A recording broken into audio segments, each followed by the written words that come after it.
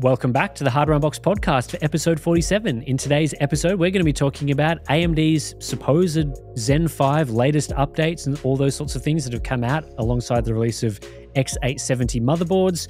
We talk a little bit about GPU pricing as potential price movement for RDNA 3 GPUs, a few things coming up with Nvidia GPUs and configurations. We did a video on GPU configurations through the years that we talk a little bit more about, and then plenty of boring life stuff in this episode, including multiple ant battles. So it's a big episode this week. Hopefully you all enjoy it. Let's get into it.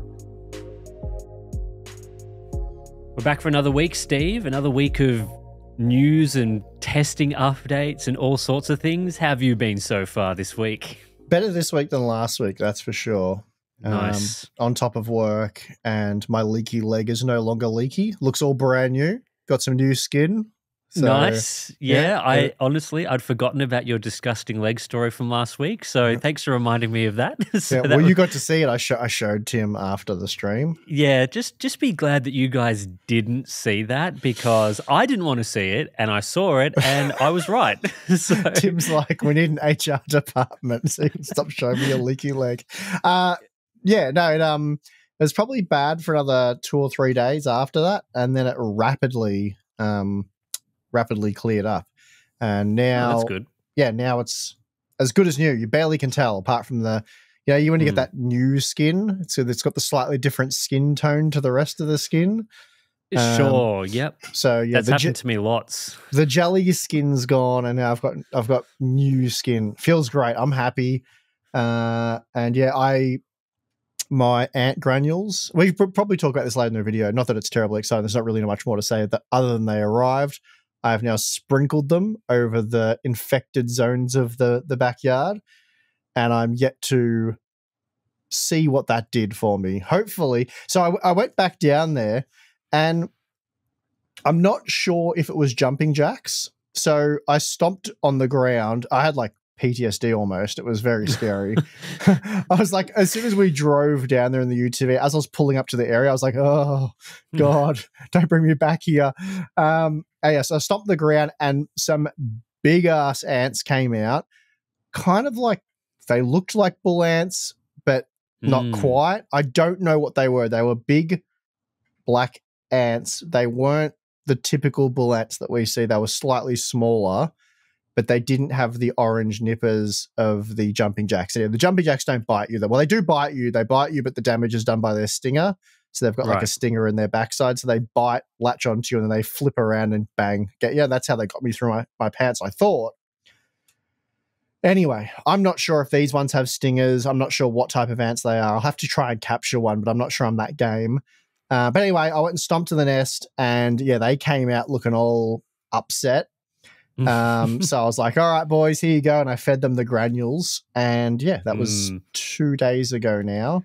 You think you've got me, but joke's on you, because you'll be dead soon. Hopefully. That's the plan, hopefully. So I might go, the weather looks like it's clearing up, so I might go down there later this afternoon and do a bit of stomping and see if they come out looking for death. Seriously, those things are nasty. They just come out looking so pissed off. It's like, all right, I'm sorry for standing near you. Anyway, that's my update on that situation. Right, leg updates. Well, it's good, because if your legs are working, we all know how much you need your legs to do this job. So very important. It does help. There's a surprising amount of walking around test systems and whatever, and I'm testing all of the X870 motherboards currently in existence. Right. Yeah, of course, because that was released, earlier this week, right? Your video went live on at least a couple of the X870 boards. And I think it was the weekend, but anyway, same thing. Well, I mean, that's the sort of first topic of this week, really, is that in addition to the X870 stuff that you covered, there was a bunch of less exciting updates that AMD provided. And of course, they were headliners, Tim. They were headliners, those things. I mean, at some news outlets, they were the headline features, I guess. But, Yeah, I mean, AMD presented them as such, so... Well, they did. That's true. They presented a bunch of different updates, didn't they? There was the new CTDP to 105 watts for the Ryzen, the 65 watt Ryzen parts of the 9700X and 9600X.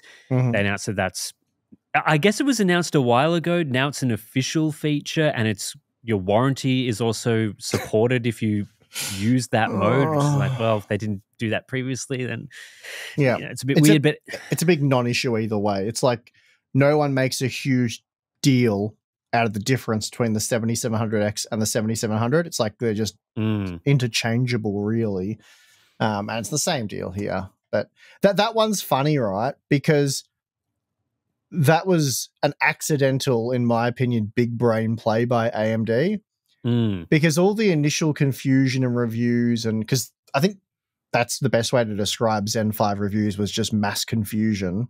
Yeah. And you had, I think it was LTT reporting 40% power efficiency improvements. And when an outlet as big as, Linus Tech Tips does that, people run with it and think, oh, Zen 5 is just this efficiency monster. It's insane. But they were comparing a 65 watt part with a 105 watt part. So, that's not necessarily having a crack at them, but that's just what happened. And plenty of other media outlets compared the 65 watt Zen 5 part with the 105 watt Zen 4 part and reported really impressive efficiency gains, which just was not the case. Admittedly, we tested the 9700X against the 7700X, knowing full well that there was the TDP discrepancy, which we talked about in the review. So I didn't make a big deal out of the numbers I was seeing. It was like, yeah, that's pretty much what you'd expect to see when comparing a 65 watt part to a 105 watt part. That's just par for the course there. So let's not get too excited about those numbers. I'm sure if we chuck a 7700 in, it's going to look similar because that was the whole point of the 7700. So I guess what I'm saying is, in a roundabout way, that was kind of a really, I don't know, big, like I said, big brain strategy by AMD to confuse everyone into thinking that Zen 5's much more power efficient for general Windows usage and gaming than it actually is by doing that, and that they've lowered the MSRP when in reality they actually hadn't lowered the MSRP. It was worse value than the 7700 because you're missing that box cooler as one example. But at the end of the day, it's like you enable PBO, 105 watt, whichever one you want. PBO is more extreme. For gaming, at least, you're seeing a very small performance increase. In other applications, it's more like maybe 10% in core heavy stuff. So it's really a non-event, and it uses significantly more power. I mean, we criticized the 7700X for being wildly power and efficient compared to what it could be, which is what the 7700 was, and that's why when the 7700 came out, we said, guys, just buy that. Like, it's worth buying. I mean, you can enable the eco mode on the 7700X as well. But that's more expensive part as well. So you were saving a little bit of money generally getting the non-X model. Yeah, and you can sell those coolers for a surprising amount of money as well. So it's like buy the slightly cheaper part. If you're really thrifty, sell the cooler or, use it because it's not too bad on that part.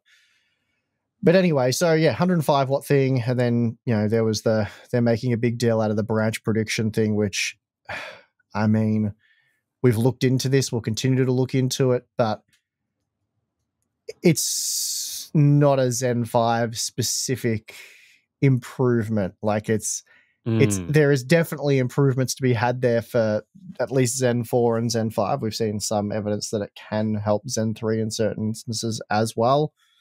But if you look at if you break it all down, so what have we got? We've got the 105 watt thing we just spoke of. How does that help Zen 5 relative to Zen 4? It doesn't. Like it doesn't at all. So okay. We've got the CCD latency thing, which doesn't apply to the single CCD models.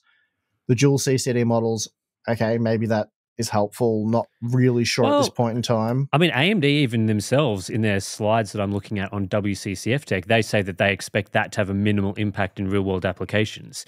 They said they're basically saying that the core-to-core latency, the way that it was tested, was sort of like exposed a corner case scenario that they're talking about. Sense. So they say plainly, we expect minimal impact in real-world applications, and they say, nevertheless, we've added the optimization to improve it in latency-sensitive use cases. So that's fine, but again, relative to Zen 4, doesn't really help. The branch prediction stuff, again, it's just it's a Ryzen sort of specific optimization. But we even saw examples where, and I'm not saying it's exactly this, but going from 23H2 to 24H2, we saw that did improve Intel's performance in some examples as well. Yeah. So, but again, relative to Zen 4, there's no real advantage of Zen 5 there. There's nothing that's Zen 5 specific. So, nope. What else did we have on the list? I haven't even got it in front of me, but there was I think it was about 4 things, wasn't there, that they highlighted? Yeah, I think the final one was x870 motherboards. They're claiming that DDR5 8000 is now. So they say on their slide here, in plain, again, this is direct quote, DDR5 8000 is ideal for an AMD x870E motherboard. So bad. That's bad. So have they changed the recommended or sweet spot memory configuration for Zen 5? Or are they like, what is this claim that is DDR5 6000 ideal for Zen, but then DDR5 8000 is ideal for the motherboards? Because that would be quite a funny claim to say that the memory and CPU recommended memory is actually different. It's really dumb. So we pointed this out quite clearly in our Q&A series. I'm just quickly bringing up some information just so it's all up to date. But Tech Power Up did a Zen 5 memory scaling article recently, a few days ago. People have been asking me to do this as well, but it's not terribly new information, but good on them for doing it. So they found that the difference between DDR 6000 and DDR 8000, so DDR5 6000, DDR5 8000 was less than 1% for the overall relative gaming performance. Yeah. So looking at the average FPS, they went from 180.3 to 181.8. So technically, based on that, DDR5 8000 overall is a smidgen faster, less than 1%. But as we pointed out in our Q&A series, you're looking at having to pay. Back then, when I looked, it was about, I think it was somewhere between $80 and $100 for the good quality 6000 stuff, whereas it was a $40 to $50 premium for the 8000 stuff. So you just wouldn't do that. You wouldn't buy the premium memory at all. I mean, if you're buying a high-end motherboard and you're building a real premium system, it's like $40 to $50 isn't a significant amount of money, but it's essentially money that you're just throwing away so you can say, oh, I run with 8000. Because it sounds cooler. You sound like more of an expert, I suppose, which is, well, that's what people seem to think. Yeah. And it's nothing we haven't seen from Zen before. Like, there's always been the sweet spot memory, and then you run at the super high frequency, and it's like a couple of percent one way or another in terms of its performance impact. Yeah. So that's not like it's a new, Zen 5 runs at DDR5 8000. It's so much better if you run in that configuration. We've always known that you go beyond that sweet spot and it does virtually nothing. Yeah, the price delta right now seems to be significantly larger than what I'm suggesting. So Team Group are selling a quite a low latency CL30, 3676 kit of DDR5 6000 for just $85, 32 gigabyte kit. Pretty cheap. So yeah, there's a Patriot Viper kit of DDR5 8000 for $150 on Newegg, right? But it's not sold by Newegg. It's a bit odd, that one. But even most then, that's what a $65 premium. So. Yeah, well, the vast majority of them are $175 or more. So right, so it's big. Yeah, it's nearly double. Well, it's more than double. Yeah. If you compare the G Skill kits that I use, the 8000 kit is $210 and the 6000 kit is $110. So it's $100 difference. Yeah, so that's pretty significant and doesn't really make it worth it. And the other claim, of course, is that x870E is enabling DDR5 8000 memory, but is that actually true? No. Well, first of all, I've found that not all boards are currently doing it, probably due to, early BIOS revisions. Yeah. So, that will probably solve that. But it's certainly more difficult to hit 8000 than it is 6000. That's for obvious reasons, even though you are not running at a 1-to-1 ratio there. It's still hard to hit it. But basically, AMD is suggesting spend an extra $100 US or $50 to $100 US on your memory for no real performance gain. That's not great advice. But then, this has been classic AMD around Zen 5, hasn't it? In one instance, they're saying nothing's changed. with Zen 5 memory support. It's the same as Zen 4 because, the same IO die. Therefore, DDR5 6000 is the sweet spot. And it's not that they've even hinted at that. They've said in no uncertain terms, they've said the exact words, DDR5 6000 is still the sweet spot. They said that. And now the reason they're saying this is because, corporation talk out both sides of their mouth. They're telling you, oh no, the value of these CPUs is still the same. Like they perform optimally with this affordable memory. And then they're also saying, but we want you to buy our 800 series motherboards because we're making more money off those and they support 8000 memory and that's better. But also... Yeah, they're trying to have it both ways. Yeah, it's that's right. Pretty classic stuff, yeah. But you've been able to run at 8000 on 600 series boards anyway, so it's not... It's just that it wasn't a thing people were really doing because it didn't make sense. But people have been testing this for over a year now. It's not a new thing that we're... And that's why people are saying, oh, Steve, can you please test the DDR5 8000? It's like people have been testing this for so long and it makes next to no difference. You're better off with the more affordable, easier to run 6000 stuff. So, and again, the 8000 thing, as you say, that they're making it a chipset feature of the 800 series chipsets. It's not even a Zen 5 feature because it's the same IO die. So how that because all of these things, for those who are unaware, they sent a PDF out to media with a Zen 5 I think it was something like Zen 5 is getting better or Zen 5's getting even better, something like that. So yeah, these 4 or 5 key points that were in this document that I wish I had in front of me were saying that, these are all the things we've been working on. These are all the enhancements and improvements that have been brought to Zen 5 that are making Zen 5 better. So they're strongly suggesting that the DDR5 8000 is a Zen 5 feature that makes Zen 5 better. But no, it applies to Zen 4 equally. So really, and I was on the Moore's Law is Dead podcast with Tom a few days ago, and he said to me, or he had a question from one of his readers or listeners rather, something along the lines of, if you were to review Zen 5 today, now after all of these improvements, would your review be different than the sort of disappointment flop review? I'm like, no, nothing's changed. Yeah. We've had a million things come up. Like, I said to him, like, disable SMT, and there's the Windows administrator mode, and the list goes on and on. And while some things have certainly improved Zen 5 performance, they've improved Zen 4 performance equally. So they've just made Zen 4 even better value.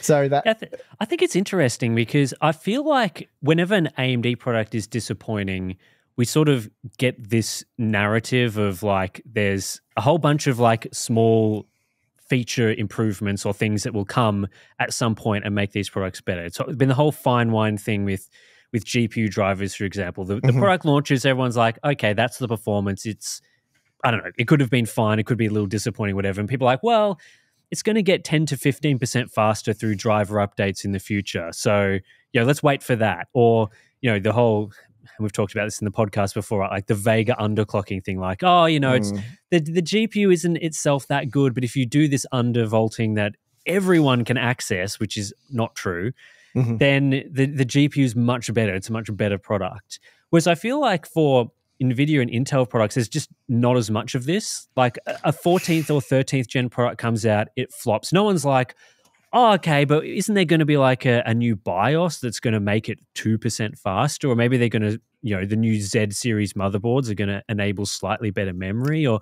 a product like the 4060 Ti from Nvidia comes out and it's just a complete garbage fire. No one's like, well, that product's going to get way better via a driver update. Well, yeah, that's true. That's true. There are defenders, of course, but I see what you're saying. Yeah, but there wasn't this big narrative of like the 4060 Ti 8GB is going to get better. Everyone was just like, that is what it is. Yeah. Yep. So, but with AMD products, it always seems to be like, well, we're going to get all these small incremental little changes that take this disappointing product to make it good, which I guess you're saying is not going to be the case with this product, and probably in many of those other examples wasn't either.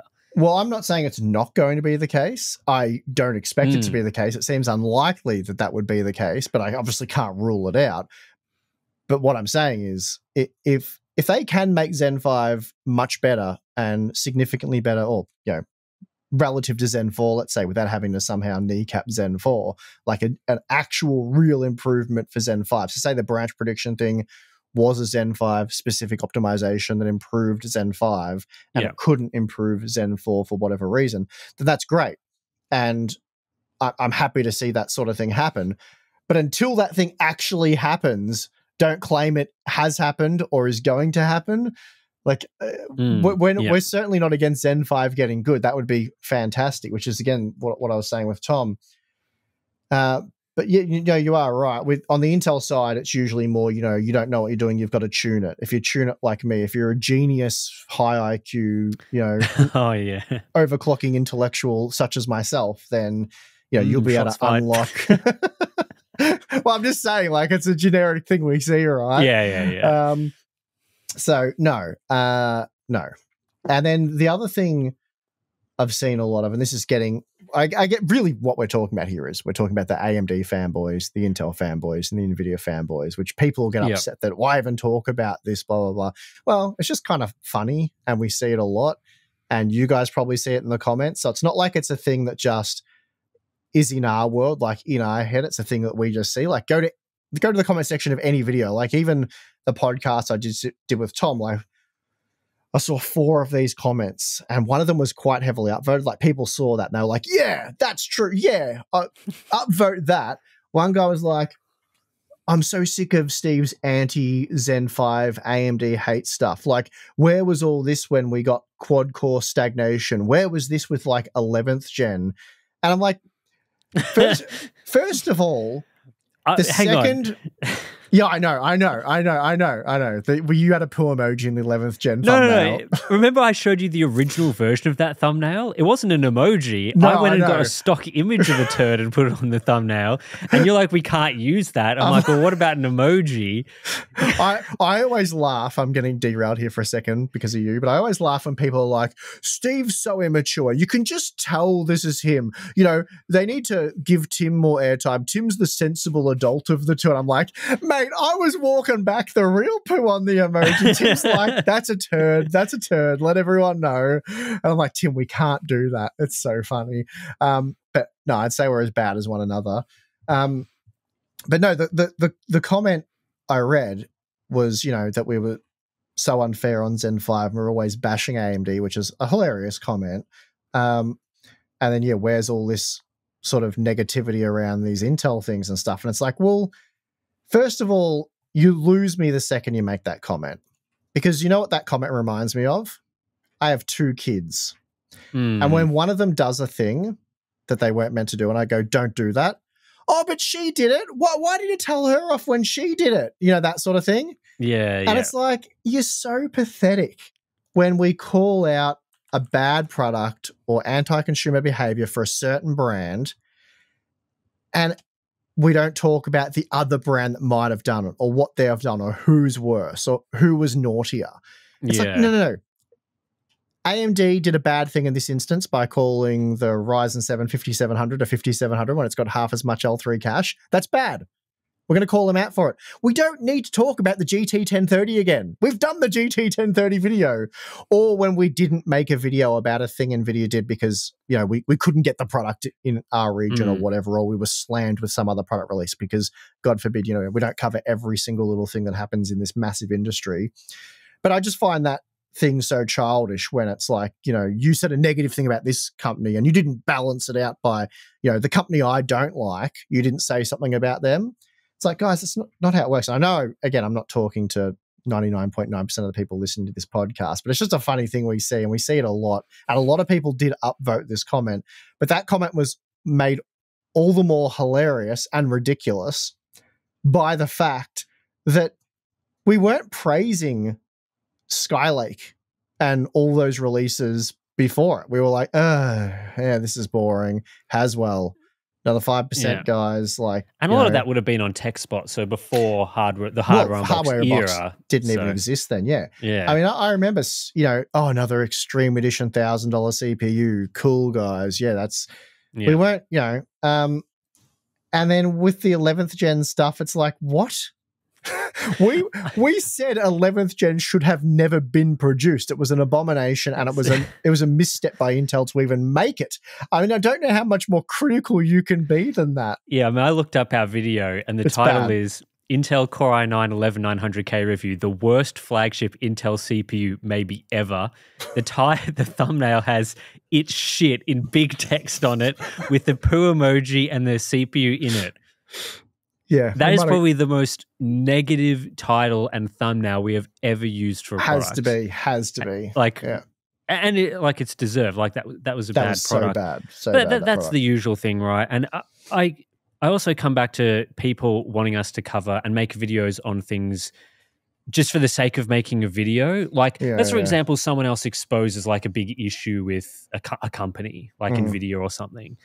And some people make really thorough videos, and you watch them and there's nothing more that we can really add to the story or add to the situation. Like, we might talk about it in a podcast or Q&A, but unless we've got like new information or new insights to give, there isn't a lot of point in just repeating a Gamer's Nexus video and copying like just ripping them off. Yeah.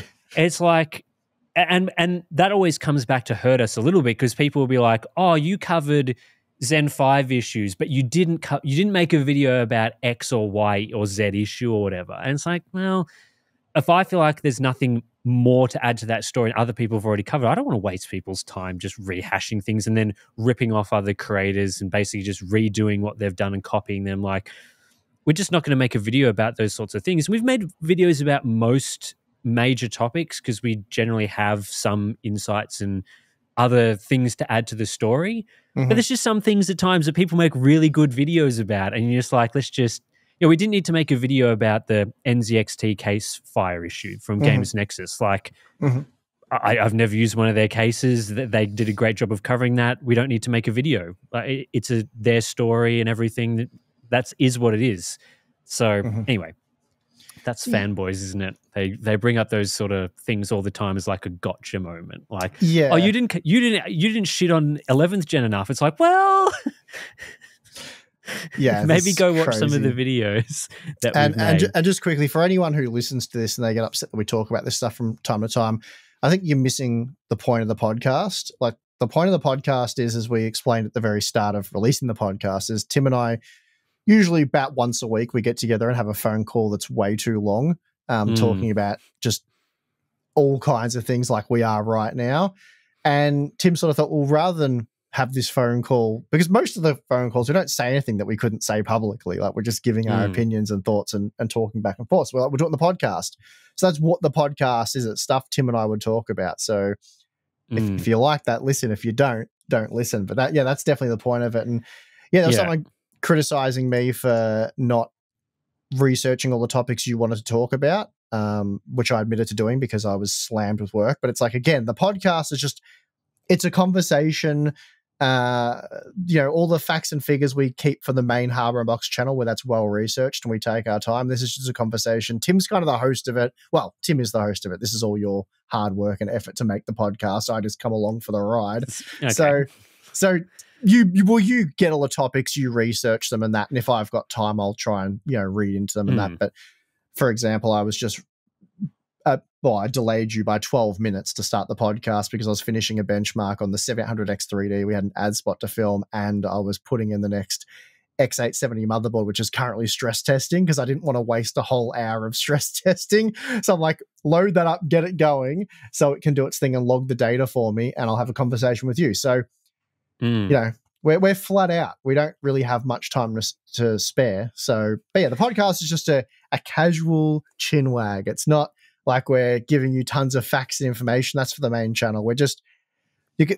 It's a bit of entertainment, isn't it? And also, people sometimes say things like, "Oh, you guys, you're too focused on the like you get too triggered by the comments, whatever." It's like, man, some of the conversation we've had over the years is not being triggered by them. We find them like just hilarious, the stupidity of some of the comments. Yeah, like I guess I do get triggered, but it's more I get triggered by how bad and dumb the comment is. It's not like an attack on me, like, oh, I'm so offended by that comment, like it's hurt me to my core and I'm gonna cry in the shower or whatever. It's more like, wow, that comment was like unbelievably dumb. Yeah.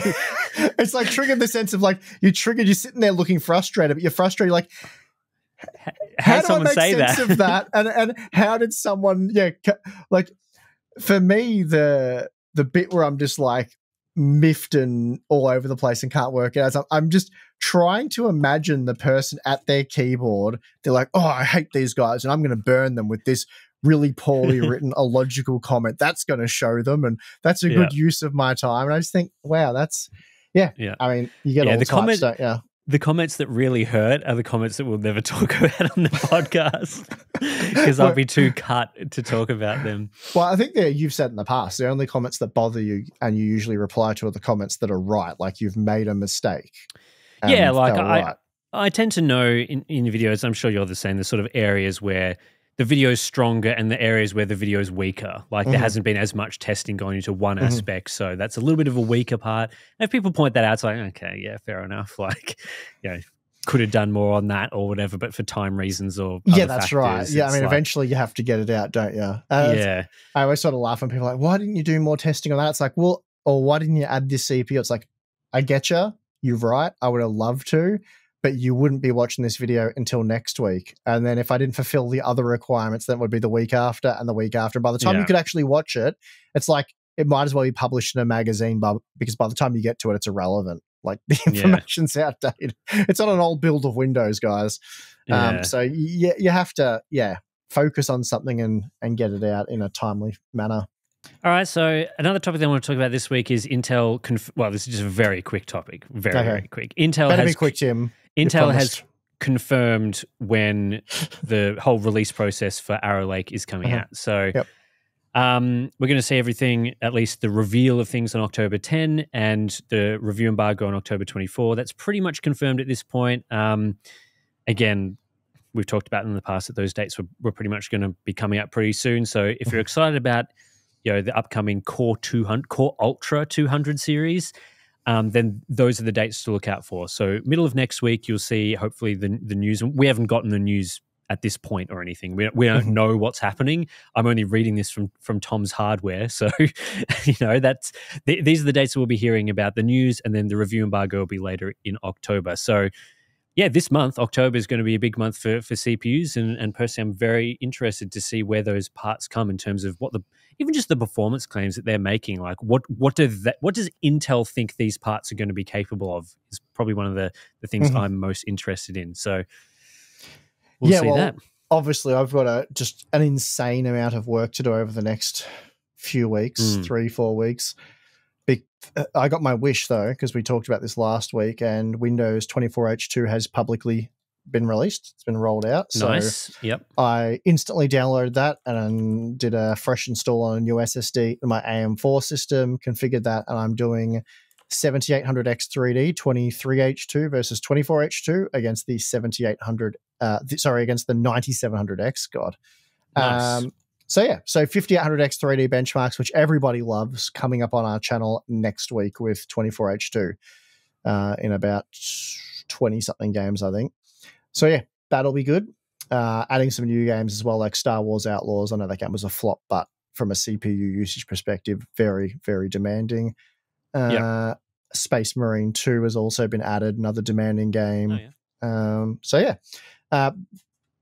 then once I've done that, obviously I've got to do a scary amount of CPU testing. So golly gosh, I'll be installing Windows 24H2 a lot and setting it all up and doing that. It's good that came out because that is going to simplify a lot of it, because we were having some discussions before, like days ago, about what you were thinking of doing for the Arrow Lake reviews if it wasn't released, like what sort of configuration you would use and those sorts of things. So it's good that Microsoft has come to the table with the release of it, because they don't announce when it's coming out. It's just like one day it's like it just turns up.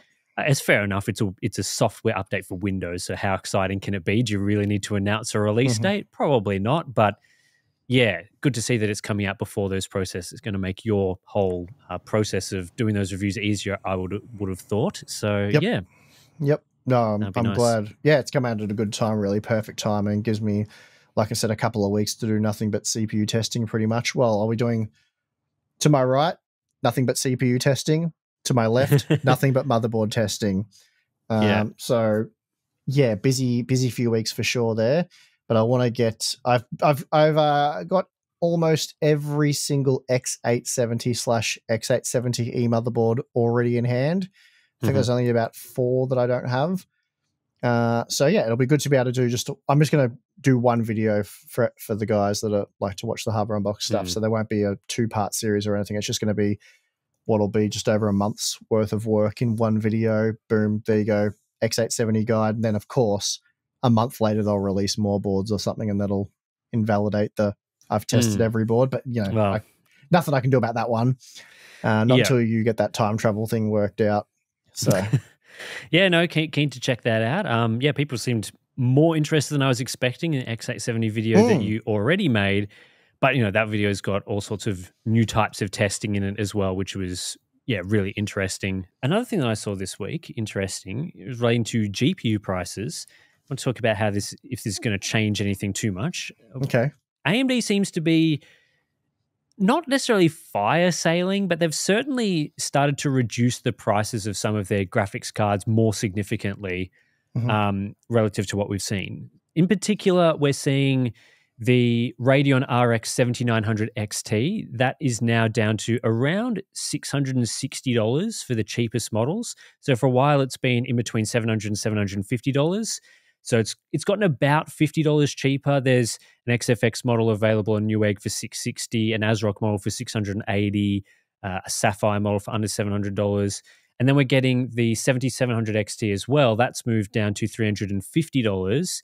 That used to be around $390, so it's gotten about a $40 discount. There's, in particular, a Power Color Fighter model, which comes with a game bundle. I think you get like Space Marine 2 with it or something. I'm not 100% sure exactly what games you get there. But yeah, those 2 models have come down in price, probably, necessary, which, I'm not surprised that this has happened because we are expecting new GPU launches at the start of next year, which is, we're in October now. So it's only a couple of months until those are expected to come. And you can't just have tons and tons of 7900 XTs at $700 that you're not selling. So not again. Well, yeah, not again, I guess. I guess my question is does this change anything in the market at the moment? Like, would you be rushing out to buy a 7700 XT at $350 or a 7900 XT at nearly $650? That's a crystal ball thing, isn't it?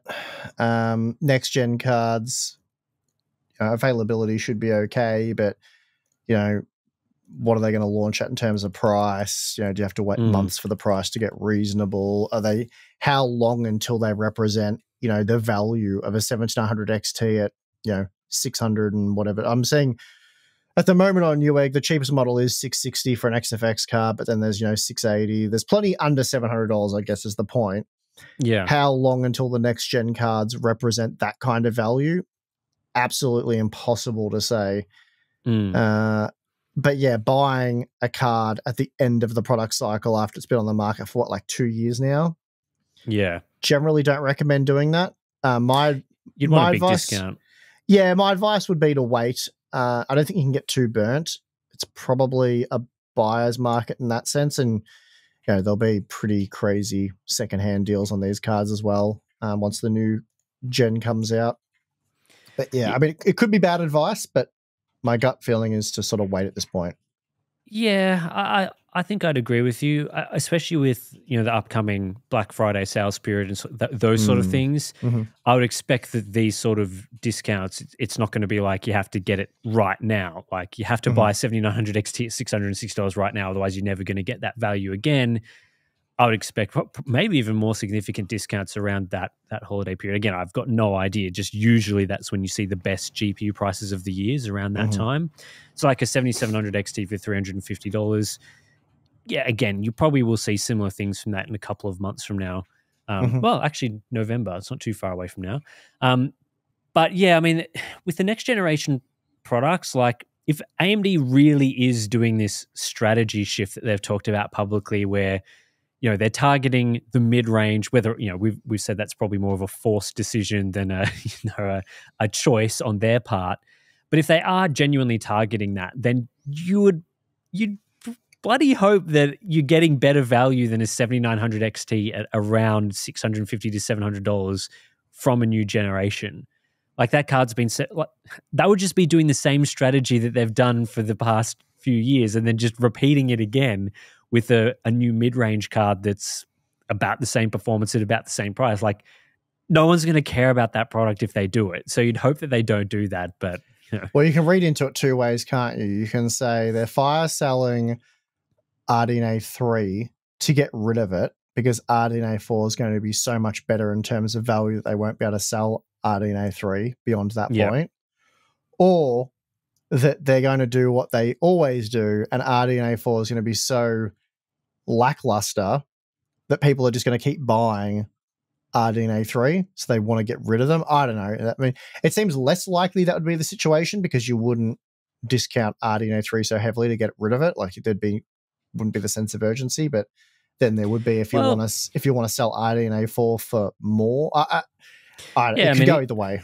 It could be like a 7800X3D situation where they want to sell a very similar product at a very similar price, so they get rid of the old stuff, then introduce the new stuff at the same price. But that would be in my opinion, that would be a disastrous move for AMD if they tried to do this whole thing of, we're doing a new setup. We're going for value with our products. We're making RDNA 4 the mid-range option for people. We're going to target new price points or whatever, and then come out with RDNA 3 version 2. Like that is.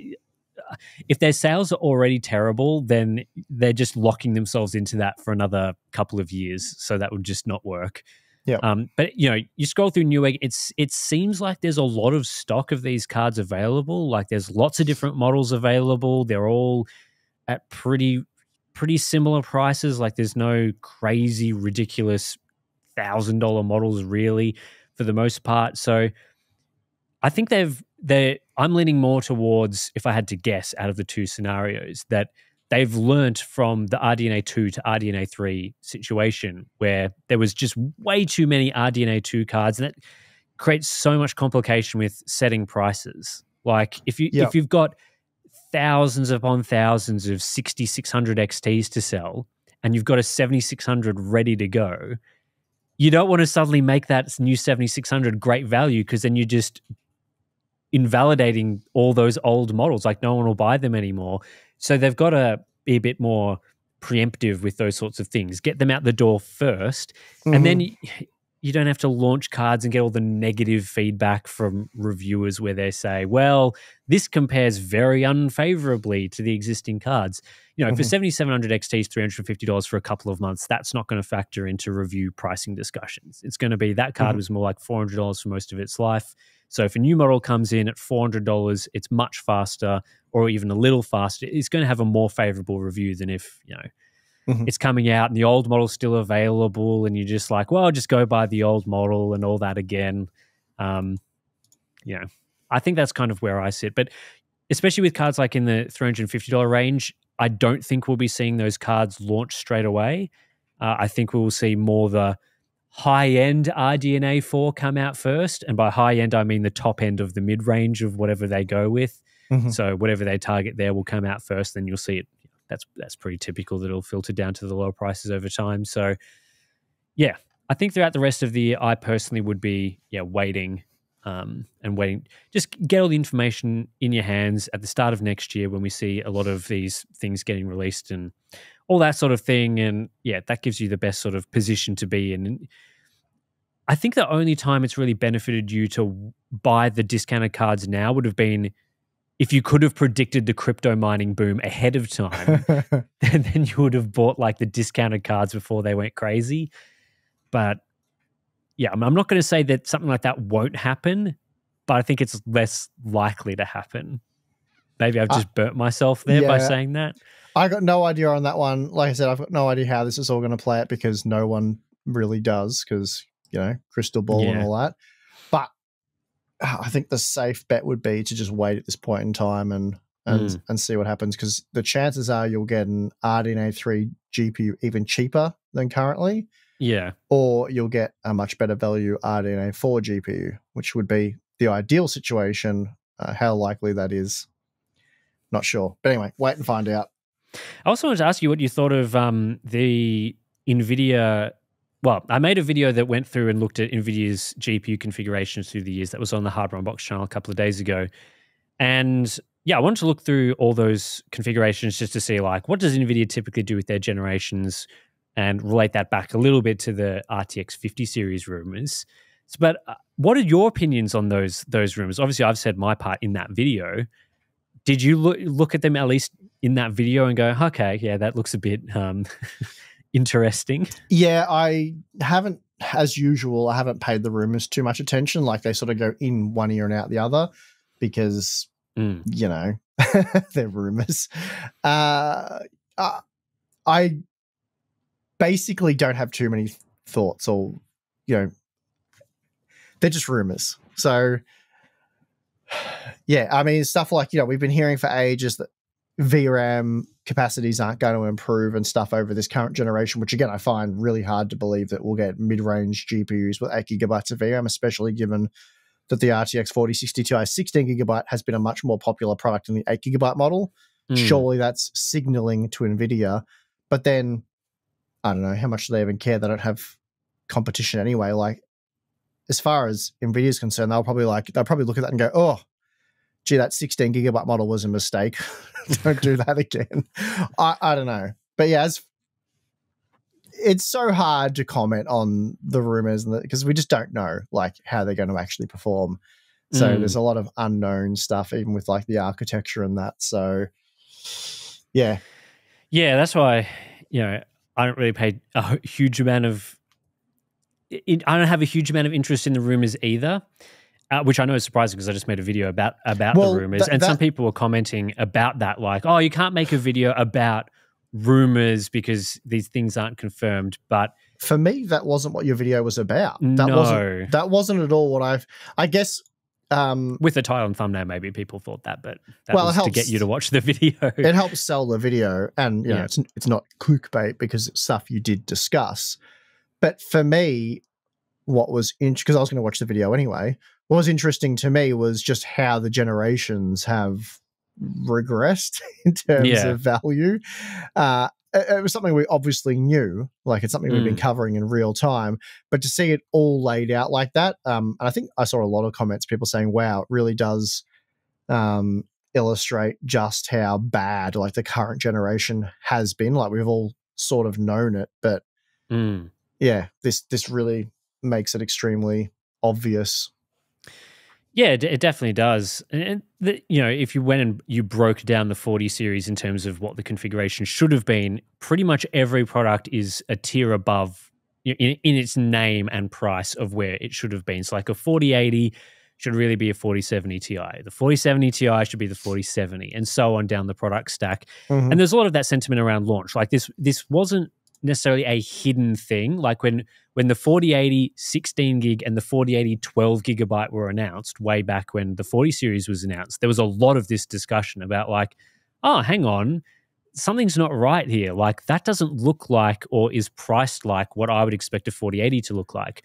But then you look at not just comparing it to the 30 series, but all the way back to the 700 series. And I collected the data but well before that as well. I decided not to include in the video because quite clearly prior to the 700 series, when the 80 tier cards were the top tier cards, it changes the whole product stack that they were going with at the time quite significantly. So I decided not to include that stuff. But you go way back and it's like, yeah, clearly they've configured these parts a bit differently previously and are sort of trying to encourage people to spend more on GPUs. The 40 series very much looks like, hey guys, ignore what the configuration is and what you're getting.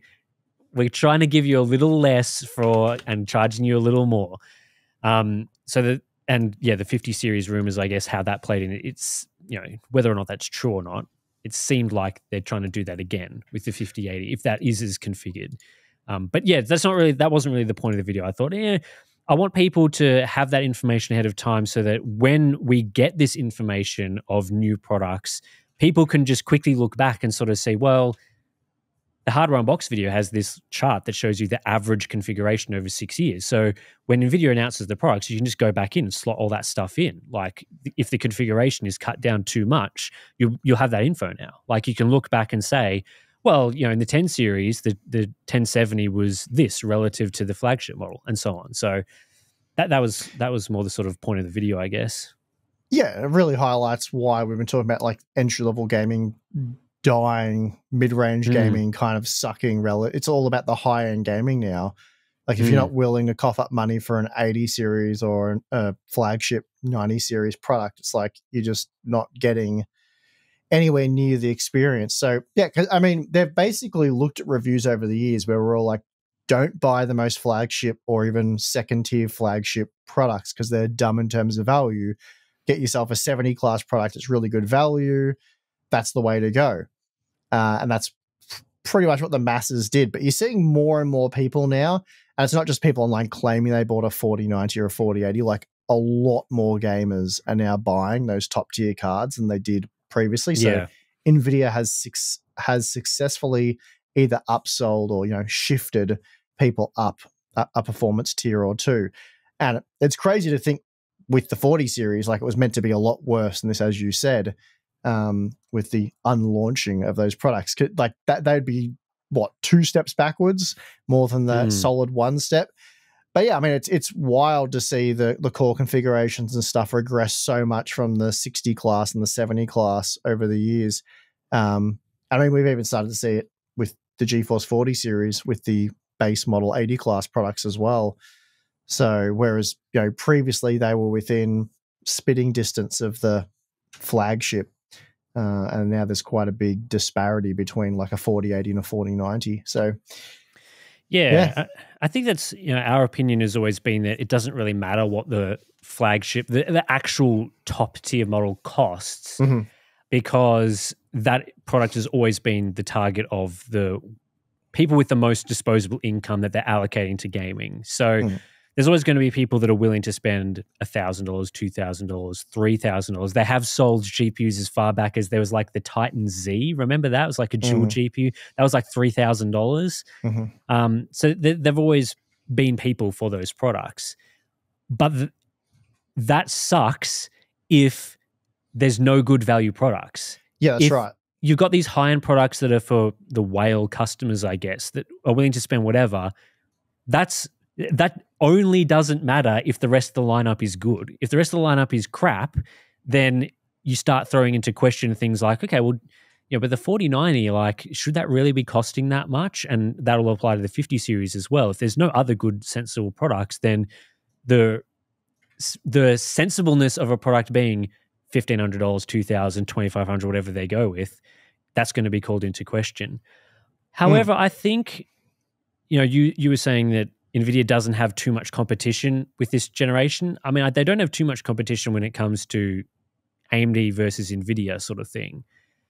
But who's going to be buying a 50 series product? If there's really no competition, the only competition would be people who don't own a GPU already. So if you don't own a GPU, then you'll probably be buying an Nvidia GPU. So in that sense, they don't have competition. But most people buying a new GPU or upgrading their PC or even buying a new system to replace their old system, probably going to be coming from a GeForce GPU. So they're competing with themselves. And this is the challenge I think that NVIDIA is going to face with the upcoming generation, is that the prior 2 gens, or the prior 3 generations, 20 series, 30 series, 40 series, they've been able to capture a lot of people that were on pre-RTX products. So GTX 1080 Ti's, GTX 16 series products. They've been able to go, well, if you want to get a new GeForce GPU and you're upgrading after 2 or 3 years, or 2 or 3 generations, which as we know, most people upgrade after 2 or 3 generations, well, then you're getting access to ray tracing. You're getting access to DLSS. You're getting access to these features you've never had before, and they're so amazing. And please buy our new GPUs because, you haven't had that before. But now with the 50 series, most people are on an RTX GPU. People from 2 or 3 generations ago are RTX 20 series and RTX 30 series owners. So there's not going to be that angle anymore. There's not going to be the whole buy 50 series GPU because it's your first entry to DLSS. That's not true. people will have had access to DLSS already. It's not going to be your first entry point to ray tracing. Like, you've probably got a card that does ray tracing in some form. Whether it's good or not is another question. But you've had access to that feature. You've seen what it's like. Maybe they can sell on frame generation, but I don't think that worked with the 40 series all that much. So, yeah, I mean, how much do they care about those buyers, though? Like those small margin, how much do they care about selling those? They don't. Yeah, I guess my point is how often or how much do they care about selling a 50 series GPU like every generation or every second generation? They're like, they don't really care. They're clearly trying to push everyone to the big margin, high end products.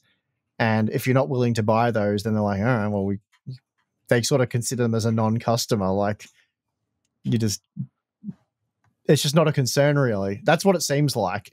And you can clearly see that with the way that they're positioning these products. Like, they're making the low end really poor value and just the high end really expensive. Yeah, I get what you're saying. Like, they don't really care if someone buys a 4060 Ti because they would rather no one bought that and everyone buys a 4090 or whatever. Mm-hmm.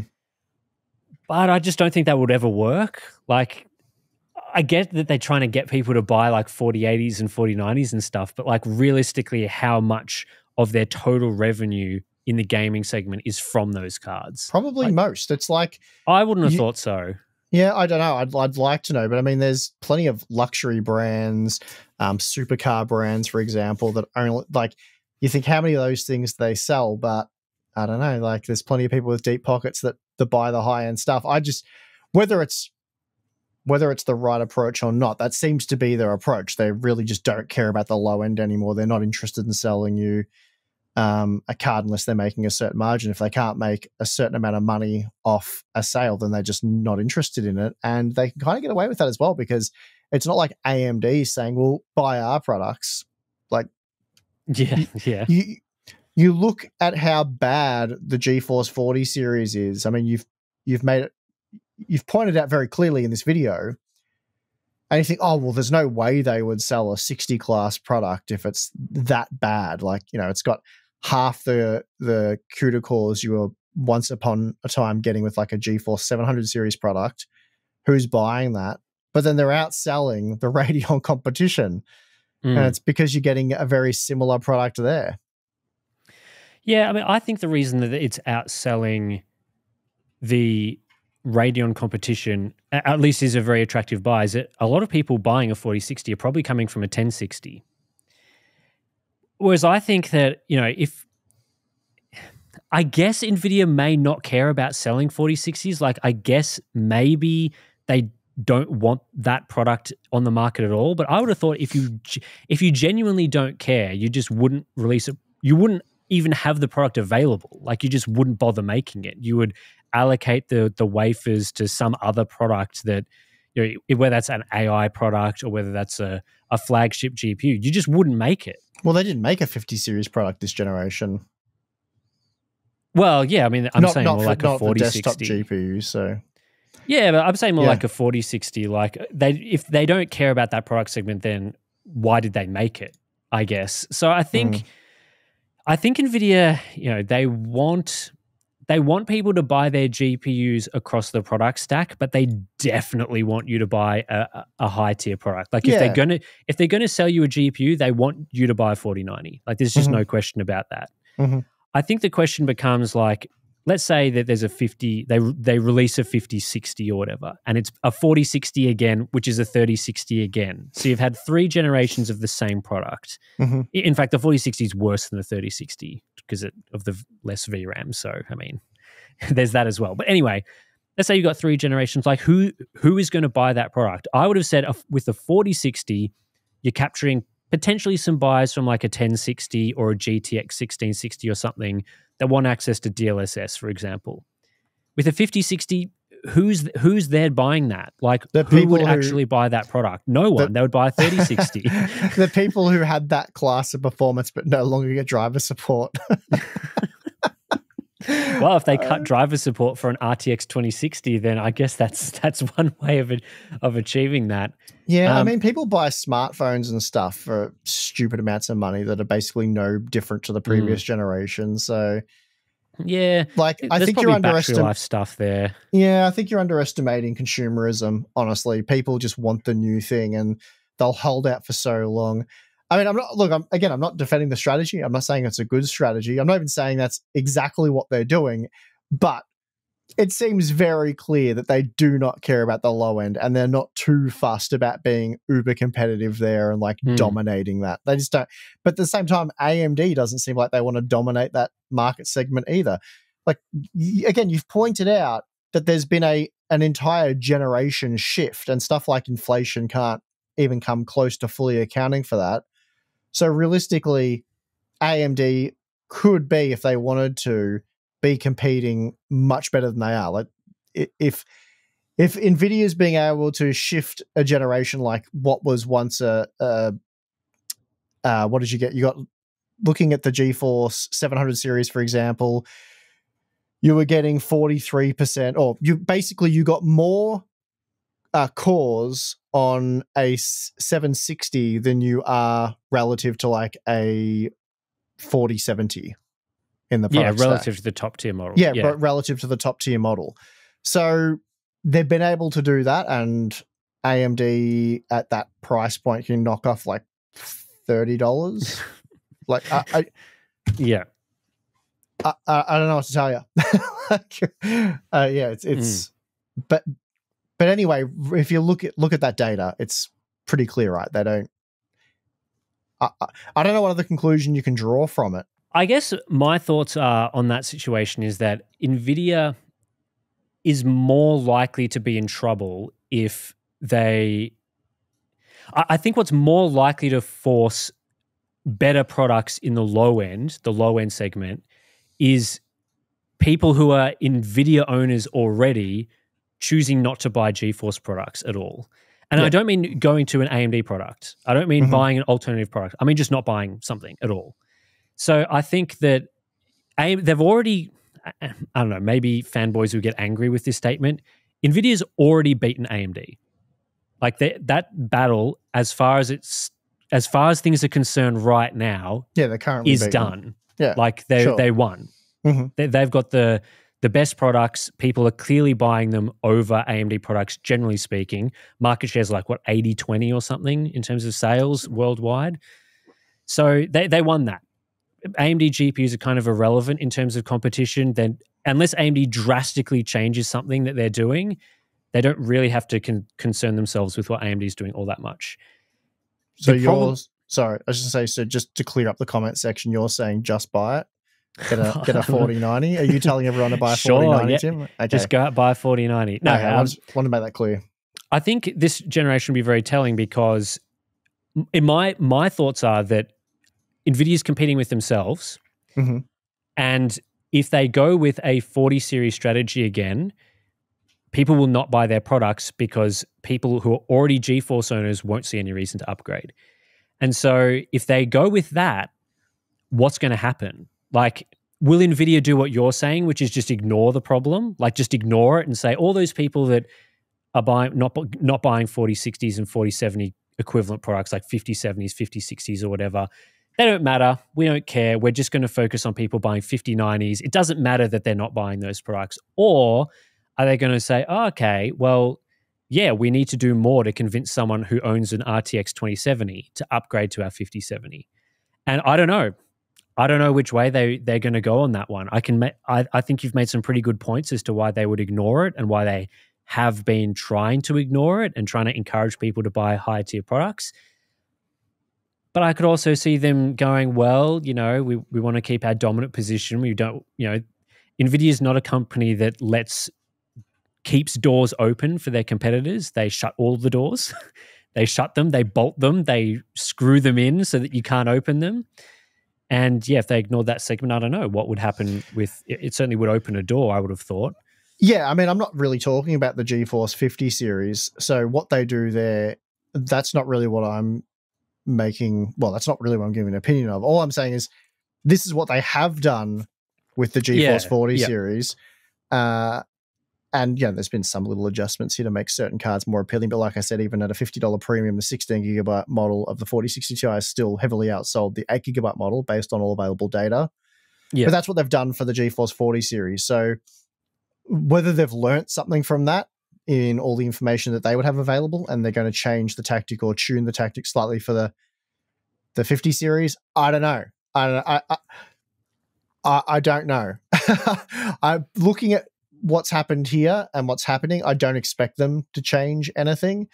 And again, it's difficult to say they need to change things without seeing the sales figures for those lower class products, like what their projections were, what they were aiming to sell, what they hoped to sell, and what they ultimately sold. Because if the strategy was to sell less of those and more of the high-end cards, and that's exactly what they did, then they'd see it as a huge win.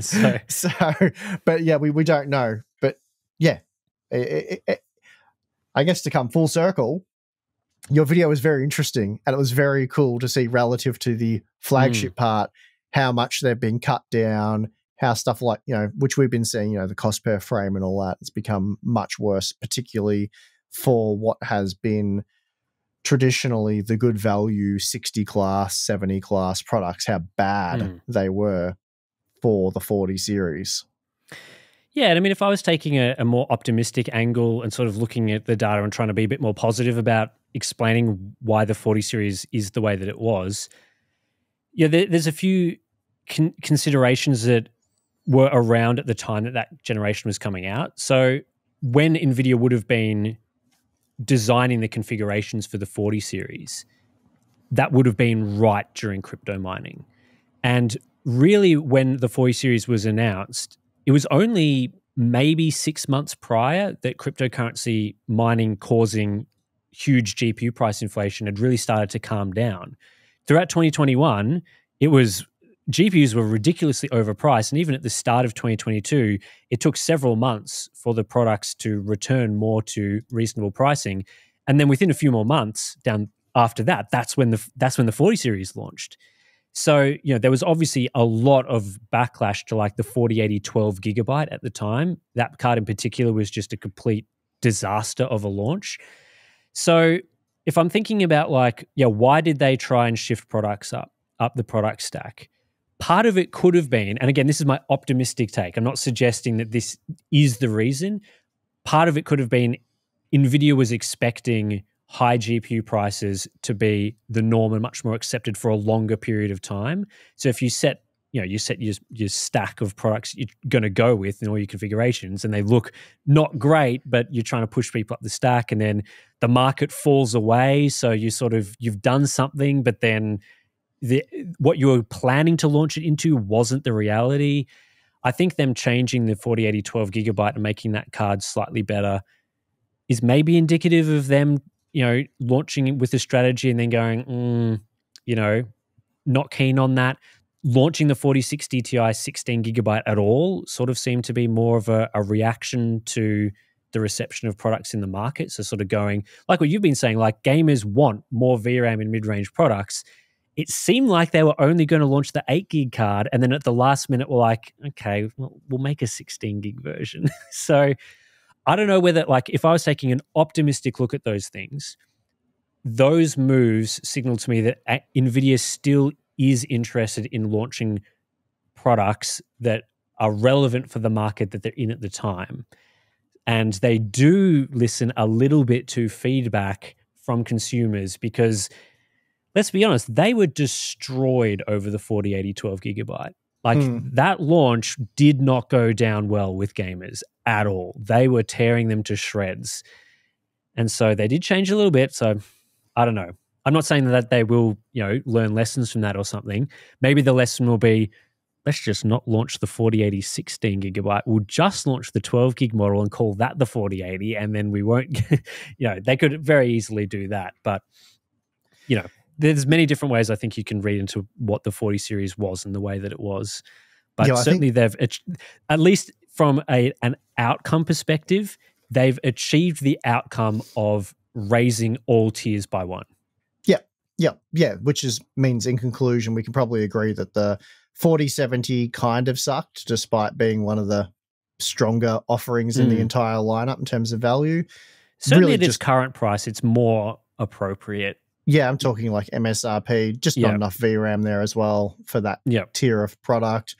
4060 Ti is laughably bad. 4060, very bad. And the problem is, though, AMD was no better. Yep. Or barely any better for some of those matchups. Yeah, and I think the demand for mid-range and lower tier products, it hasn't gone away. There's you know, how much sentiment do we hear from people in our comment section being like, I've got insert GPU that's like a decade old now, and there's just nothing that I'm interested in buying at insert low price. So yeah, there's certainly pent-up demand for that sort of product segment, and hopefully now that we're a couple of years beyond ridiculous GPU price inflation due to pandemic reasons, cryptocurrency mining reasons, that things are a bit more stable. And what about AI demand? Has that gone away? Yeah, I mean, I still question how relevant that is for gaming GPU products. Okay. Like, they've always had server products, right? Like, AMD and Nvidia have always had the opportunity to sell a server over a graphics card for a consumer. Yeah, but it's a supply and demand thing, right? The server hasn't been in extreme demand where they're selling. Yeah, I guess so. But like, the server parts include features that the gaming, like, include components that the gaming GPUs don't even use. So things like HBM, advanced packaging. Yeah, but those it's are sorts of it's the same limiting silicon, factors. right? Like part of, I mean, part of it, like the GPU die itself is theoretically, I don't know whether the upcoming models will be using. I'm not 100% sure on that. Not sure. I know that a lot of the limitation for manufacturing of the server parts is not necessarily the GPU die wafers, it's the advanced packaging aspect. So packaging it with HBM on the same die, using multi-die configurations and those sorts of things makes it more complicated. But yeah, I guess what you're saying is right, that Nvidia could just choose to make more AI products instead of selling a gaming GPU. So that might be a reason for the market not to be normal again. Well, if you have extreme demand in any area where you're making substantially more profit, that's where the focus goes. So I don't, and we know that was happening for a while, right? But yeah, I haven't kept up with all of the demand there and that, and it's, to me it didn't seem sustainable at all. We've talked about that in the past, but the demand for AI products. I think what's clear, just based on the outcome of GPU pricing and those sorts of things, is that the demand that we saw from the gaming segment between 2020 and 2022 with crypto mining, with people locked in their houses playing games on their PC, that was much more of a demand event, if you want to call it that, than AI is right now. Like what was happening a couple of years ago was insane with the availability and where things were going, and you know, trying to flog out GPUs. The AI GPUs seems to be a factor, but in terms of it actually affecting like the availability and pricing of GPUs, it doesn't seem to have made things like ridiculously crazy. Like, yes, GPU prices aren't amazing, but they're not as bad as they were like a few years ago. No, that's fair. So yeah, I don't know. I mean, I'm not an AI expert. I don't know what the demand seems to still be very strong as far as I understand from companies wanting to buy AI server hardware. But with all those sorts of things, like that could change very, very quickly. Like if it is a bubble and the bubble bursts, like that demand will disappear overnight. I'm not suggesting that it is a bubble or that it will burst or anything like that. But of course, we've seen cycles of things where that has happened and cycles where it hasn't happened. So yeah, it'd be a very interesting one to play out. So I know there's a lot of doom and gloom in the GPU market. I'm excited to see what will happen. Not necessarily that I'm excited for new products that I think they'll be good, but I enjoy doing analysis videos like the video that I published on the channel, and there'll be more opportunities to do that sort of thing in this generation. AMD says they're doing a new strategy. Nvidia's got all the factors that we've talked about. New Intel generation. There's lots of things that it's going to be very interesting to talk about at the very least. So yeah, I agree. Anyway, that's probably going to do it for this section of the podcast. Let's take a break and come back and talk about our boring lives. All right, Steve, what do you got for me? What's been happening in your boring life? Well, I've told you about the local ant wars and how they're progressing. So we're hopeful that our retaliation has been successful.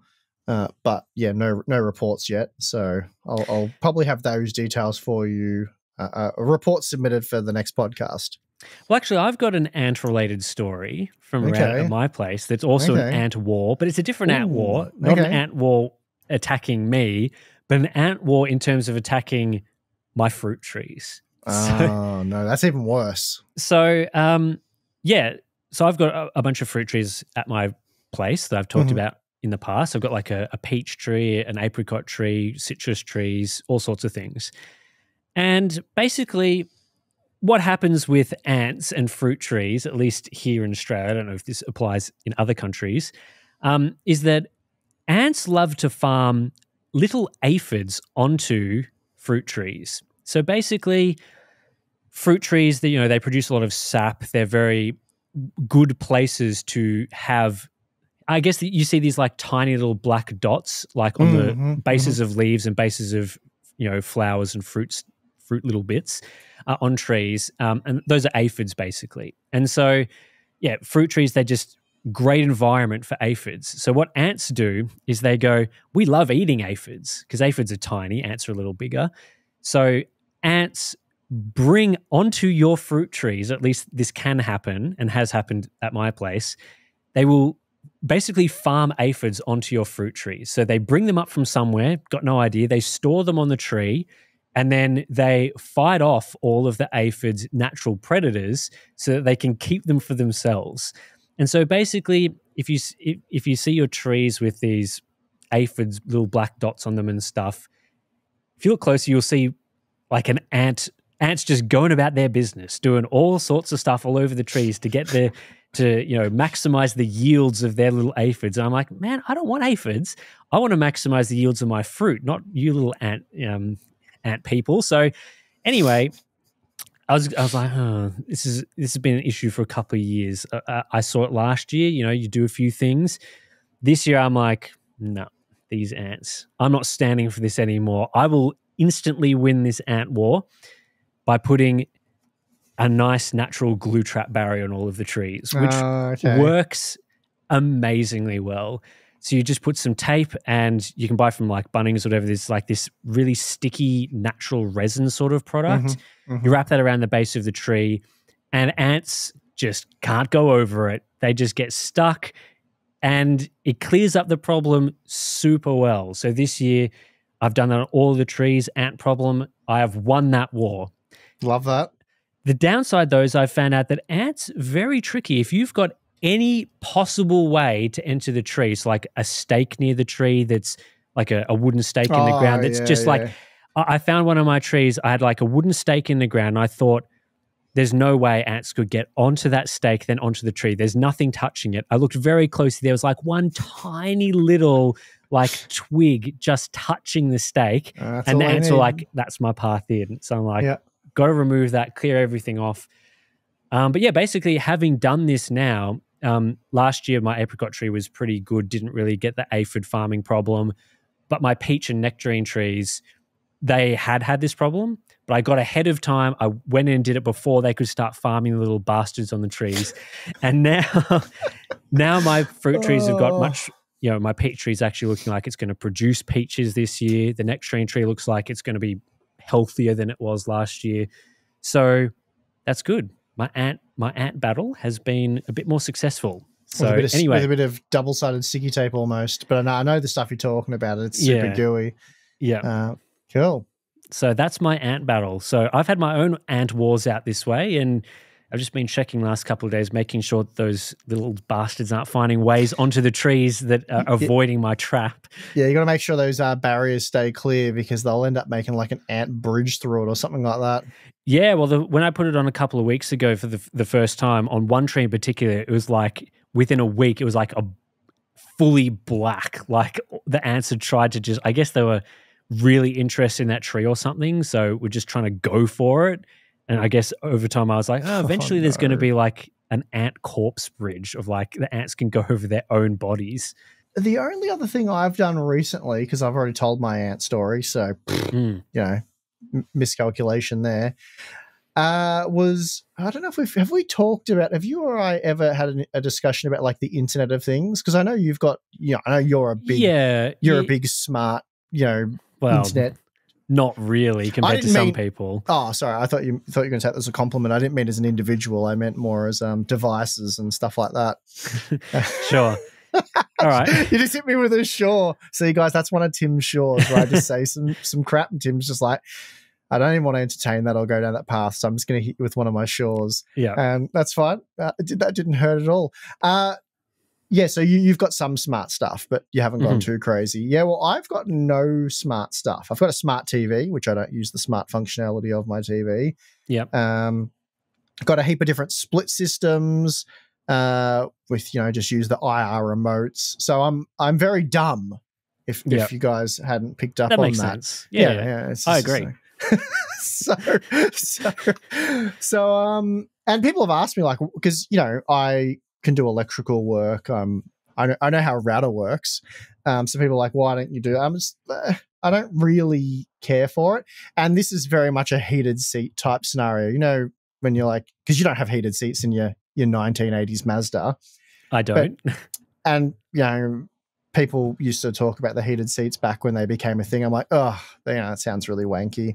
And then I eventually got a vehicle that had heated seats, and now I'm like, yeah, heated seats are it. They're so good. So essentially, it's old man stuff, right? It's like my dad. My dad's always like, oh, I don't need that crap. And then you get it to him and it doesn't work for 1 second, and then he's all over you like, oh, it's gone down. My life's in jeopardy, And that's me with the Internet of Things. So two scenarios were bugging me that pushed me to do it, because I don't need it for basically anything. But two scenarios. One of them was I've been going down, because we're building the gym just here, attached to the studio. Well, my current mini gym setup's down in the shed, which is a small distance to travel. I often go down at night after dinner, and it's usually dark this time of year.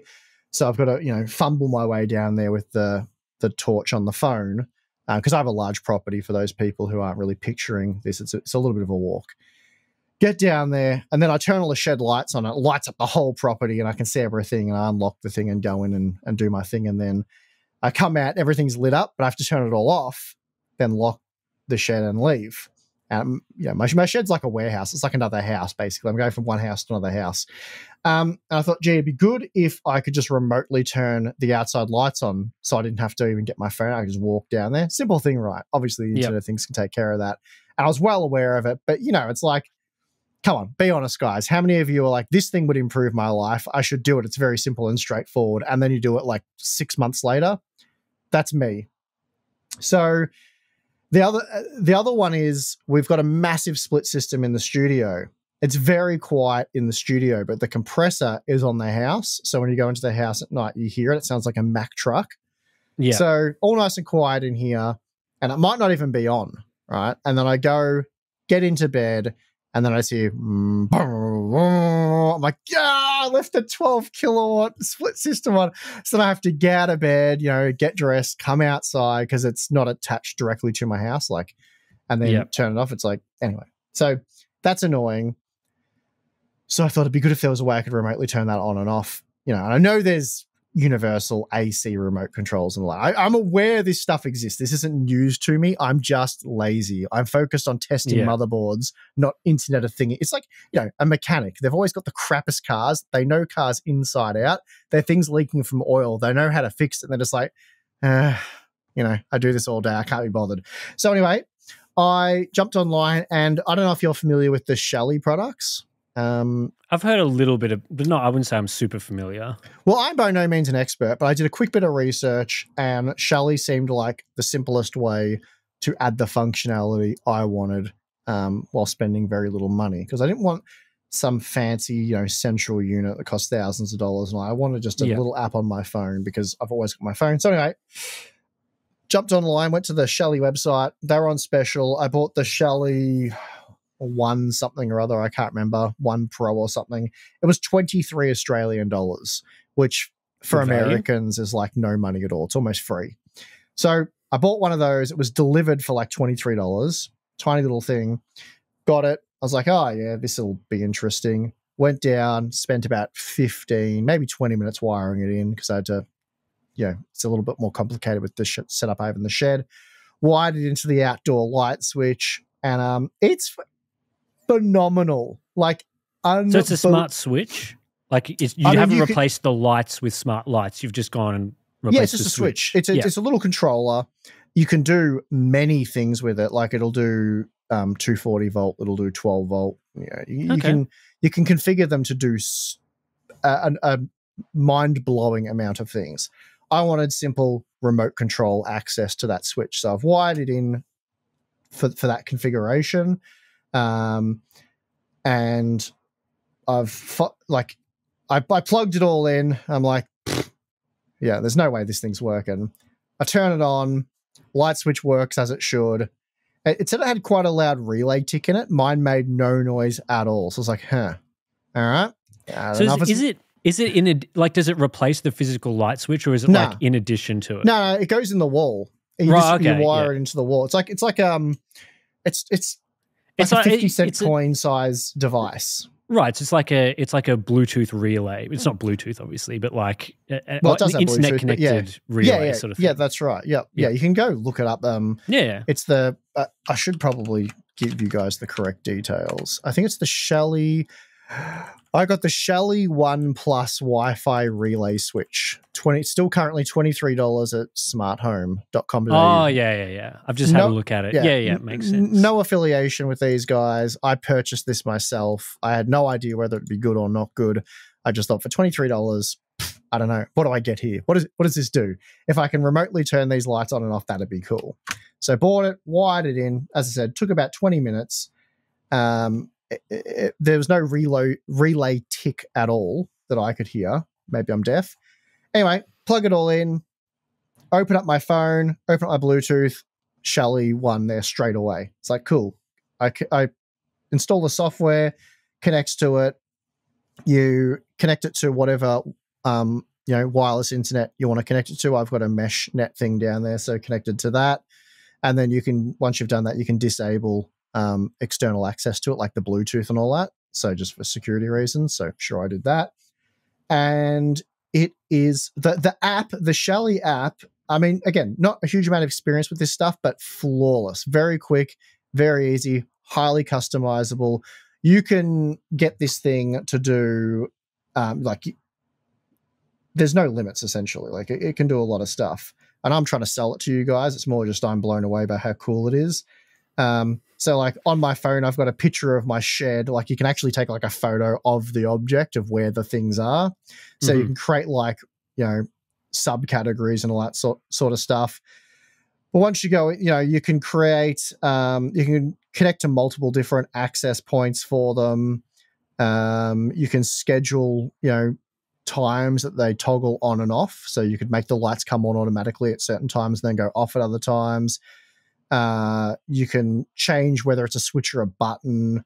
There's like so many different things and what you can change into how they work. But once you've got it configured and saved, I just pull my phone out now and it's like, remote control. And I can share it with my wife as well. So with hers, it's all cloud-based. So if I update a photo, it updates on hers. I know this is all kind of simple stuff you'd sort of expect, but it's more the fact that it works so quickly and easily. And then once it's all configured, obviously you don't even need to be connected on your phone to a Wi-Fi network or anything because, it does it over the internet. You can make it not require the internet if you care about security and all that sort of stuff. So you can make it a local feature as well. But yeah, because mine are just lights, probably safe to just configure it the way I have. So I can, and then basically, so that problem was sorted. I was very pleased with that. I've since gone and bought like another dozen of these things, and I'm going to connect them to all other things that I'd like to be able to turn on and off from my phone. The other cool thing about the phone is you actually know whether the lights are on or off. Like, sometimes when you like leave the outdoor lights on, you go to bed and you're like, did I turn the outdoor lights off? So you can just pull your phone out and it tells you whether they're on or not. And a simpler solution, so I was going to try and get something like that or a universal control for my AC so I don't have to get out of bed when I'm a drongo and leave it on. But my Fujitsu air conditioner actually doesn't come with, but you can purchase. So it's a bit of you get robbed a bit. an additional USB Wi-Fi adapter that then will allow you to control it through the app, which works flawlessly. And that's interesting because we have the same model of air conditioner, yeah, you'll at least be able the to get same it brand as well. and series. Yeah, it's Sense. Oh, gee, I forget the name of the company. Like Sensebo or something is the company that makes it. How much did you get rolled though? It was $250. I had to buy two of them. That's pretty effed up, but yeah. Well, I bought the Shelly One Plus, which is very cool, for $23. And yeah, honestly, so you got a good deal there. But yeah, that's more what I was expecting for like integrates with the proprietary system, sort of. You know? Yeah, no, you're getting rolled hard. You're actually better off. I believe you'd be much better off. So don't take my advice on this one. The Shelly One Plus, buy that bad boy. Yeah. It's awesome. The proprietary BS USB thing that goes in your bloody Fujitsu, don't buy that crap. Well, I mean, look, it works. I got it because it was made specifically for the unit, and I only have these. I have 5 of these installed on my property, so only 2 of them I want to, the one in the shed and the one in the studio. The ones in the house I didn't bother with. But again, it works very well. It's way better than the remote. Like, you know, on the remote, you got that crappy screen and it's difficult to do. Yeah, the remote, at least in my place, it's like, unless I put it in a sweet spot, it just doesn't work. Yeah, they only work well when they've got fresh batteries for 2 weeks, and then it's like you got to aim the thing. But even the remote, like setting timers and schedules on those crappy remotes suck, whereas with the app, it's very good. You can also see stuff like the filter, like what percentage it's at, whether it needs cleaning. Right. It gives you a lot of information about the unit that you can't acquire without the USB thing. Yeah, so if you buy like an Internet of Things IR remote control, like an external thing that would do that, you wouldn't get any of that. Yeah. Unless it specifically was aware of your model and could do some sort of special communication, but over IR, I doubt it would do that. So yes, that was one of the reasons why I got that's why I allowed myself to get steamrolled on that and spend $500 on 2 of them for the shed and the studio. But the universal controls, which I believe are Wi-Fi controls that communicate with the unit over IR, infrared, they're cheaper. Yeah, by about $100.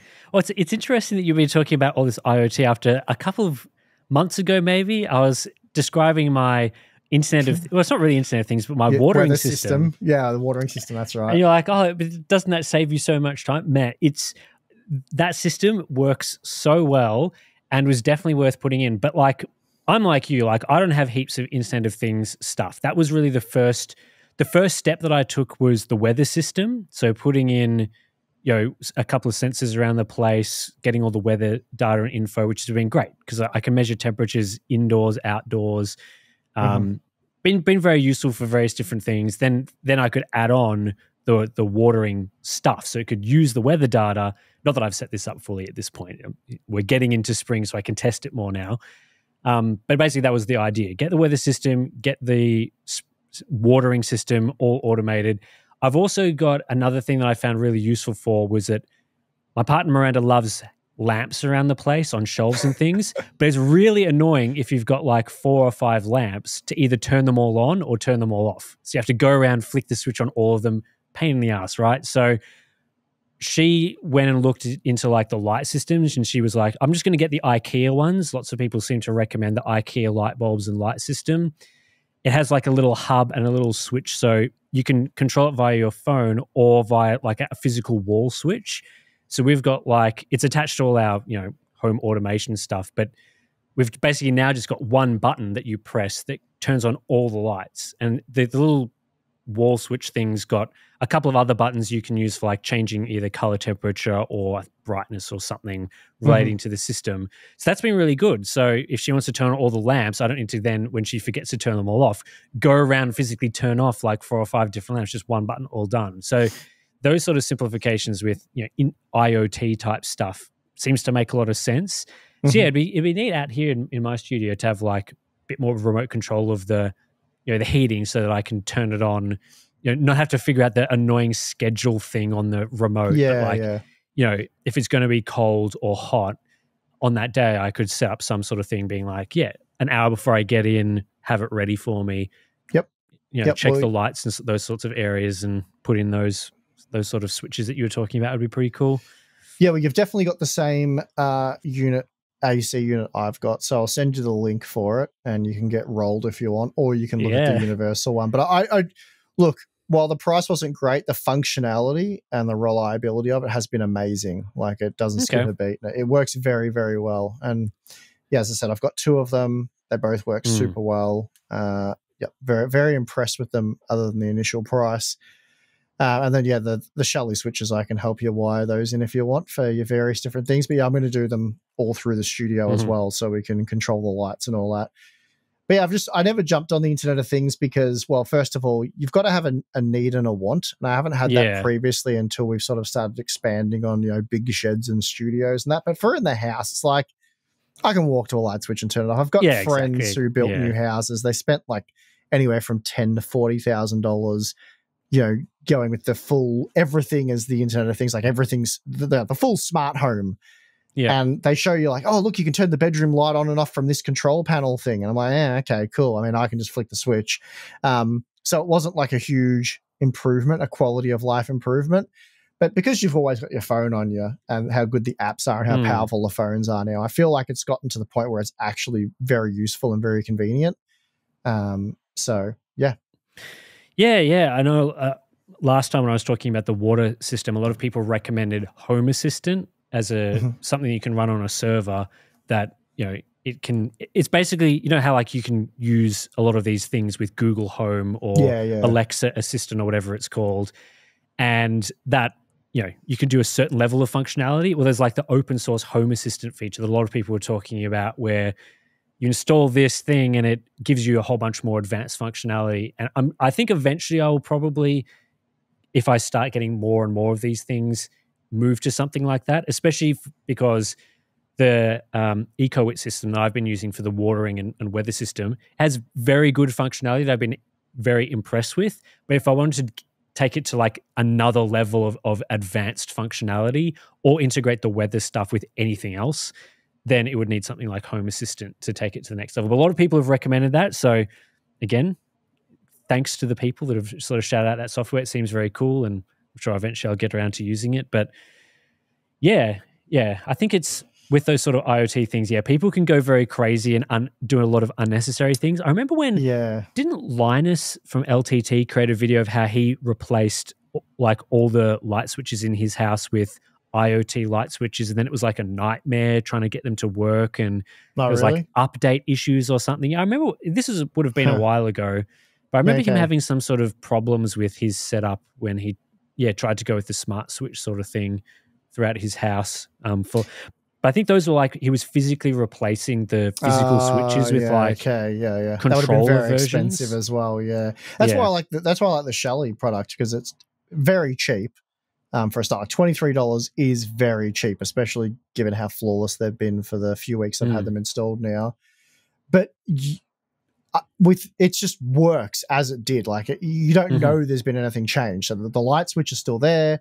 It's the same old light switch, and it works like the same old light switch did. So, yeah, I mean, I don't have any of those. I know you do it, Balin does it, but I don't have like the Google Home or whatever it is, or the Alexa stuff. Like, I'm too old for that. As soon as I start saying like, Alexa, what's the weather? Like, shoot me. I've lost it. I've gone too far. And to be fair to the people who do that, I'm always at my desktop PC, and that's just a way quicker way of doing that. Like Balin and I always have arguments about like using your smartphone for doing things, like, because, versus like so many people these days don't have a family computer, like a home computer, especially where I live. A lot of them, advocate for using their iPhone. You can do everything on your iPhone. I think, oh God, like I like my Samsung Galaxy phone. It's very handy, but there are just certain things where I just feel like I'm hitting my head against a brick wall. Like just the other day, I was catching up with a friend and we were talking about some cars and we were looking at car sales, and I found this car at home on my computer and I wanted to show him. And just trying to find it, like the filtered searches and stuff, was so bad. You can call it a skill issue if you want, but the functionality is more limited on your phone. You could go to like desktop mode, I suppose, but God, that'd be fun. That'd be fun on a complicated website. And then I got home, car sales on my computer, boom, done. And by the way, while we're talking about car sales, their website is absolutely garbage these days. I think they're trying to help with like robots and stuff, but man, you get like blocked issues and stuff if you do too many searches on the website. Like I get right. access denied every session. Like I can look at like 5 cars and then it boots me and I have to wait like an hour before I can use it again. And there's heaps of people on Reddit complaining. But I'm talking about something completely different now. So I'm going from one rant to another. But yeah, desktop PC king. Just get yourself one. I'm sure everyone listening to this podcast has one. But yeah, the phones can be really handy. You can do a lot of things on them, but some stuff it's just like, I'll just wait till I get to my desktop computer. Yeah, the Google Home thing, I only really use that for if I honestly don't use it that much. Mm-hmm. It's more for like if I need to do something hands-free, like if I'm cooking something, I need to just set a timer. I can just speak something and it'll do it. That's sure. Really the main sort of thing that it's good for. Maybe like playing music on speakers or something, just be like play this or whatever. And I don't need to pull out my phone and set it up and make sure it's connected to the right speaker and whatever in our kitchen area. It just does it. Yeah, so it's handy for that. But for anything more advanced, like turning on light, like I don't want to be like, I don't want to activate people's Google things, but like schmurgle, turn on the lights, right? Like I don't want to do that. Like it's just slow and annoying. And the amount of time it would take me to walk over and turn off the lights is probably shorter than having to. And the Google Home stuff, like it's gotten way worse in terms of its like sensitivity for, like it used to be faster, more accurate, and give you better results. So like it would understand your voice better. Now it's just like, I don't know what's happened to it, but it's 50% of its CPU is now mining your data. That's what happened. I guess so. Yeah, it's just slower. And it's not an Australian accent thing. Like it used to understand the Australian accent much better. Like it used to be pretty flawless in terms of how, now it's just like, get stuff wrong, or it's just like very slow and janky. Like it takes ages to get answers back. It used to be much faster and more instant. So anyway, that's for Google to solve, but that's typical Google stuff, isn't it? Yeah, well, the air conditioner and light switch stuff I've done, it's not even a thing that I use daily. Like it's a couple of times a week that it comes in handy. I mean, the air conditioner thing's probably once a week, but it's nice. It's nice to have it. So it's definitely a quality of life improvement for that sort of stuff. But yeah, it wasn't hideously expensive. I mean, like I said, I got rolled on the 2 air conditioners. That was $500, and the Shelly switches were $23 each. And I think I've got about 13 of those now. I've only installed one of them, so nice. I need a bad weather day when I want to do something, and I'll install them all then, because it does take about 15 minutes per switch to wire in. Cool. All right. Well, I think that does it for this episode of the Hardware Unboxed podcast. So thanks, everyone, for listening to the end of this one. I know we've been talking about our boring lives for the past little while, but you could have just skipped this section if you don't want to hear us talk about light switches and ants, which is... Nah, complain about it in the comment section. That's way better. Oh, of course. Yeah. Chuck your complaints in the comment section below if you're on the YouTube version. But anyway, we're on all the usual platforms. So if you're a video or audio listener, you want to switch over to the other version, they're pretty much the same.